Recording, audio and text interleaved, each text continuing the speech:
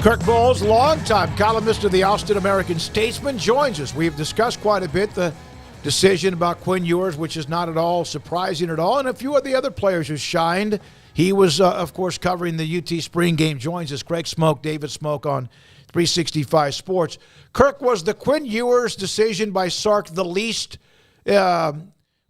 surprising decision in all of college football spring? Yeah, there was no competition.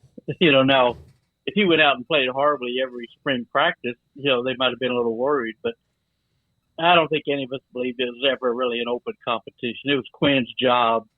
I'm not saying regardless, but he's got to produce, obviously. But, yeah, it surprised no one, Smokey. So, Kirk, what were your impressions just kind of overall as far as that room goes? Obviously, Quinn's the guy. We know that. Saw the clip of his touchdown pass to A.D. Mitchell. Can you kind of just break down what you saw there? And then as far as the rest of the room goes, I mean, I know there's some Malik Murphy and obviously Arch. Just kind of your impressions of just that group as a whole. Well, as we just said, Quinn's got the job, and nobody's surprised by that. But Malik Murphy provided the buzz of the day. He and A.D. Mitchell, the transfer wide receiver from Georgia.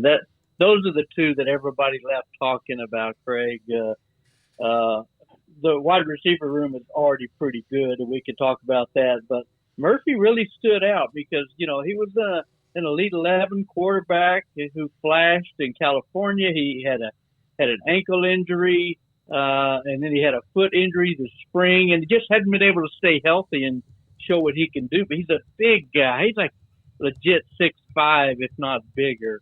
And, boy, does he have an arm on him. I don't know, Smokey, you might remember Rick McIver. Oh, yeah. I went and saw Rick McIver from Fort Stockton throw past 92 yards at Memorial Stadium. And he's got every bit the arm that Rick McIver did. So, but, he looked healthy. He moved well. He threw to the right people. He threw a couple deep balls, on the mark. So that was very encouraging, I think, to most people. That it looked obvious to us guys that, okay, he's the backup quarterback. Arch Manning's probably going to redshirt. Didn't look that great, like you'd expect, kid 3 months out of high school. Who created the most buzz among the newcomers? And Mitchell, of course, a transfer who I saw the dynamic plays he made. But Jonte Cook or A.D. Mitchell? Well, A.D. Mitchell, in part because of that one-handed grab for a touchdown in the end zone. It was kind of a post route, and Quinn looked like he was going to overthrow him, but he went up and got it. And, this is a guy that scored touchdowns in both championship games for Georgia. So he's got a pedigree, and he's done it. And he comes in with a ring. So I would think he would be, the number one guy. C.J. Baxter, the five-star running back out of Florida, he looked good too. He didn't, break off the big run. Jadon Blue, the high school kid who left a year early, he flashed probably more than any of the running backs. I think he had like 52 yards, but he had like a 31-yard touchdown run where he looked very explosive. He made some tacklers miss. He showed some physicality down inside the 3 and 4 yard line to get in the end zone. So I would say, after A.D. Mitchell and Murphy, maybe Jadon Blue might have ranked third on that list.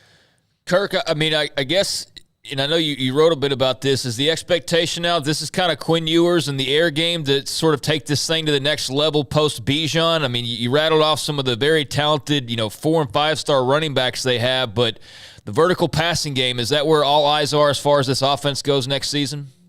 Yeah, I think so. I mean, you got to replace a couple guys that had 6,000 yards, it seemed like, in college, and Bijan and Roschon Johnson. So there'll be a lot of eyes on that. And Sarkisian is always proud to say, I've never not had a 1,000-yard runner, which also means he's got a feature back. And as we just talked about, it's a very talented group. Savion Red, the high school quarterback who was a wide receiver, he's been moved to running back. So Jonathan Brooks, barely showed up.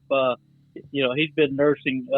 He had hernia surgery after the Alamo Bowl and hasn't done a whole lot this spring. And then Keelan Robinson, the Blazer transfer from Alabama, he didn't play at all. So, that's a pretty crowded room. But Sark's a passing guy. These coaches that make their bones as offensive coordinators, whether it's a Mike Leach or a Cliff Kingsbury or whoever, Lincoln Riley, they want to throw the ball and they want to stretch the field and throw it downfield and get the vertical routes going. And they didn't last year. They were just awful. And they threw a lot deep, even though they weren't completing a lot of them. And they probably didn't use Bijan and Roshan near enough in some of the big games like Oklahoma State and TCU. They did against Baylor and Kansas. They finally said, these two guys are pretty good.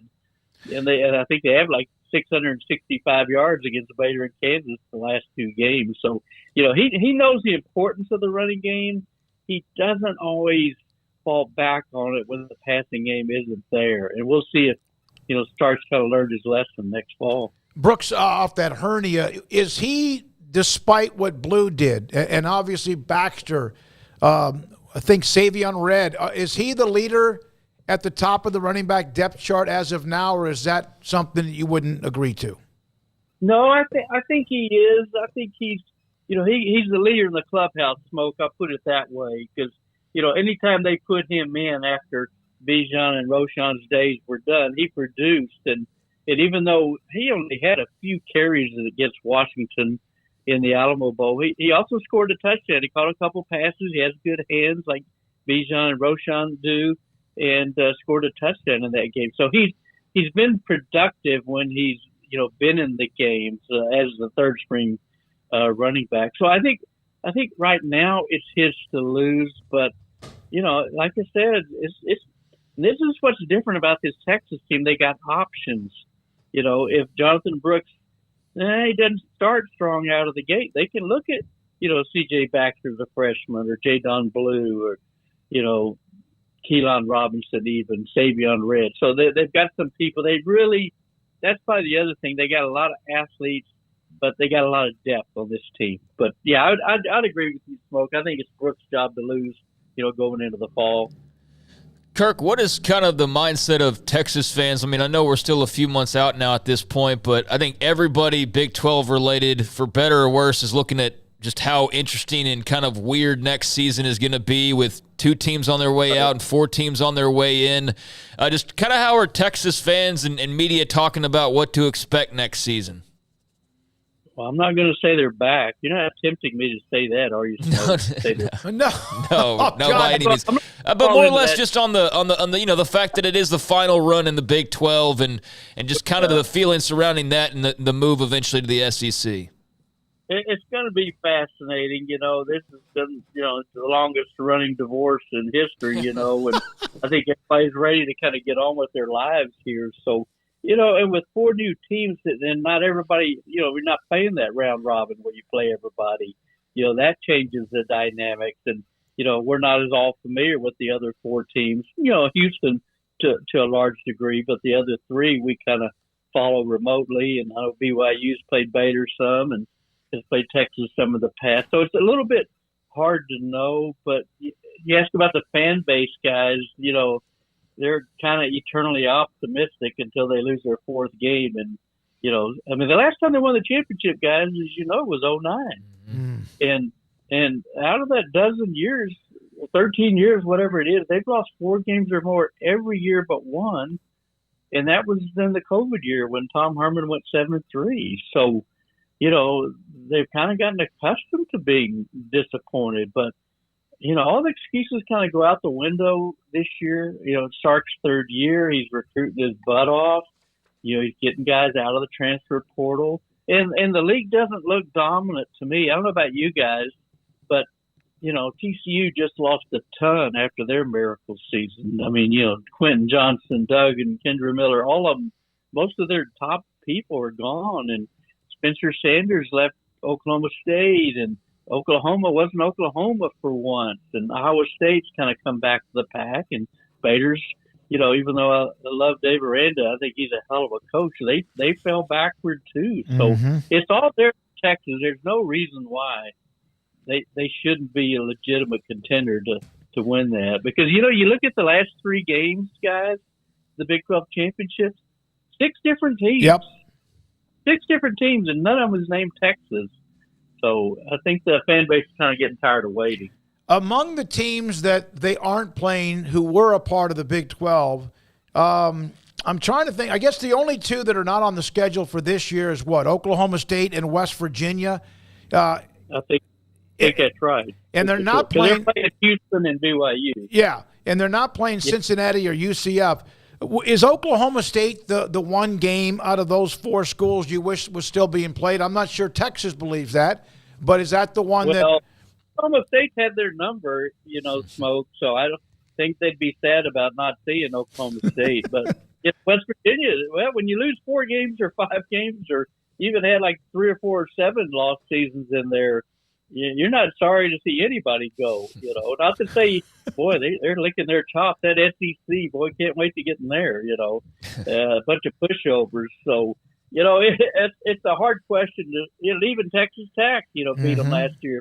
If they beat Texas Tech out in Lubbock, they're in the Big 12 title game, instead of K-State them they beat. So, I don't know, but it's going to be so interesting. Now, who's Bader play? Who's Bader play in the 4 newcomers? They play Houston and they play Cincinnati and they play UCF. Yeah, they don't play BYU. They played BYU the last couple of years before they opened up. Oh, yeah.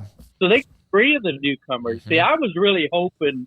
Yeah, I've never been to a game in Cincinnati. I've been to one at UCF. I was hoping, those would be the 2 that the Texans would pick up instead of Houston. No offense, Cougar fans, but we've all seen Houston, and just for a sense of variety, I would like to go to Cincinnati. I think that was a Big 12 present. You're going to play Houston, and you're going to damn sure play them in their backyard, in their stadium. Yeah, I bet they sell that out. I think there's a decent chance they might just interest in that one, right, guys? Oh, yeah, for sure. I think Houston's thinking about that, although we had Dana on last week, and he goes, listen, that's a different animal talking about the University of Texas, but that game's not just circled. It's circled in a bunch of different colors of Sharpie ink for that one. Circle, line, bold face, all caps, all the above. 4-inch headlines, like Jimmy Johnson. Exactly. See, that's the other thing, too. I know they lost Clayton Tune at Houston, breaking in a new quarterback, and I think Donovan Williams transferred there from Tech, didn't he? Donovan Smith, yeah. Yeah, Donovan Smith would be at quarterback. So, but yeah, these other 3, I don't know that much about them. So it's hard to tell. But it seems like, the regular core Big 12, it just seems like they're all a little bit down. Would you agree?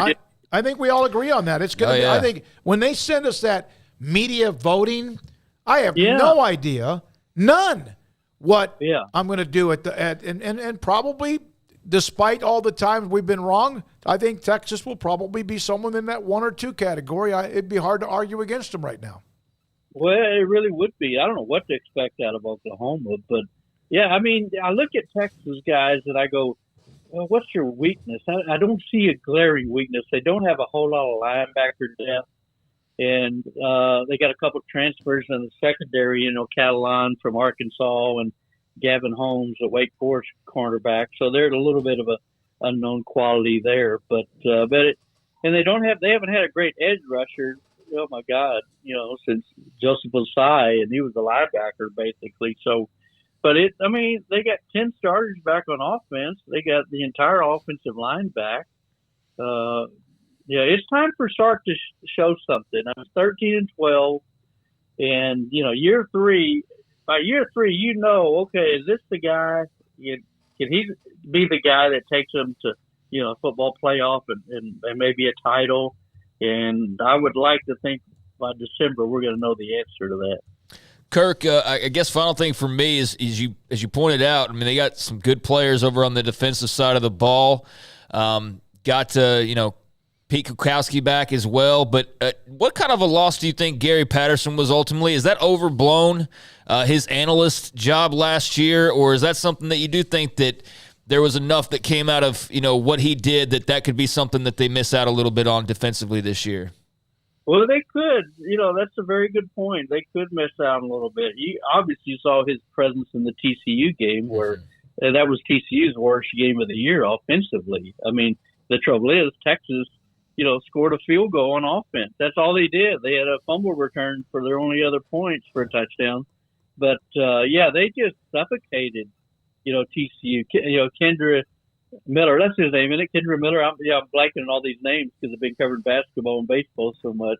But he had the long touchdown run. But, yeah, it's hard to know all year long. But, he was very helpful in the secondary. And the defense improved so much, guys. They went from like 100th to like 51st in the nation overall defense. They didn't create a ton of turnovers. That was probably one of their biggest disappointments. But, he had a real presence on there. In fact, if you watch any of that Texas TCU game, he's down there. He's got hands on both knees. He's in that crouch coaching mode, and I'll just say this. He was a very involved analyst. I'll put it that way. I was going to say, he might as well have put the headsets on. I thought he was probably I don't even know if they're supposed to do that.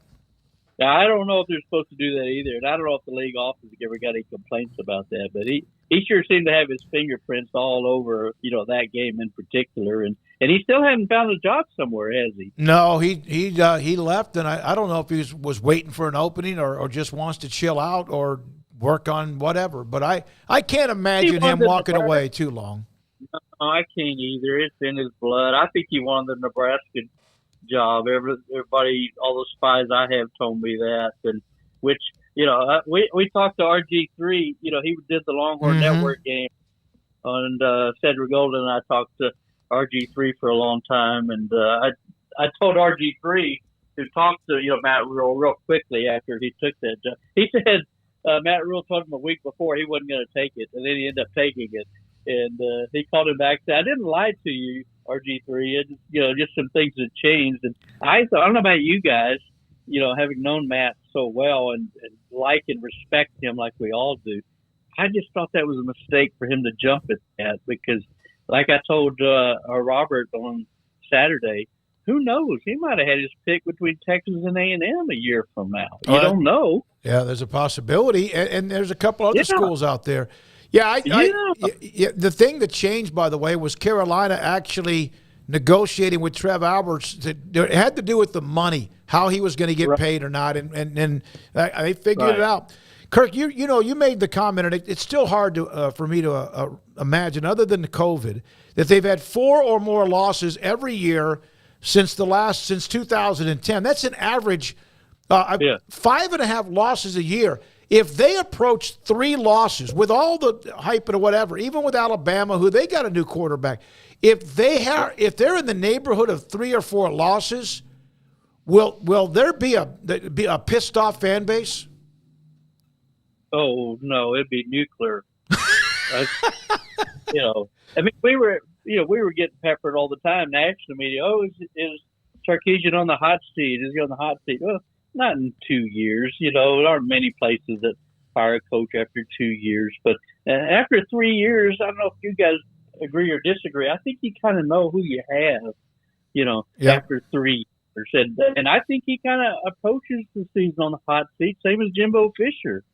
No matter if he makes $9 million a year or what. It's like, these are schools used to winning and winning big and get tired of losing awful fast. And the fact that Texas is going into the cutthroat SEC, and I think if he goes 8-4 or God forbid 7-5 or worse, he could be in some big time trouble. Yeah, I would think so. So because time's away, and we've seen he can recruit.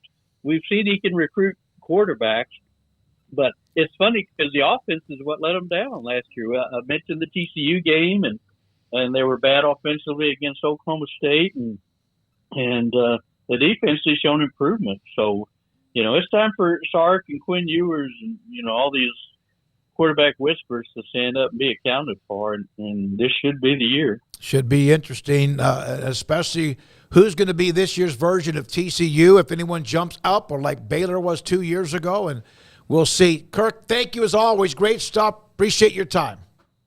So much fun, guys. You too. Craig. That's Kirk Bohls. Kirk, by the way, on the Texas Sports Hall of Fame banquet, I sent you a note.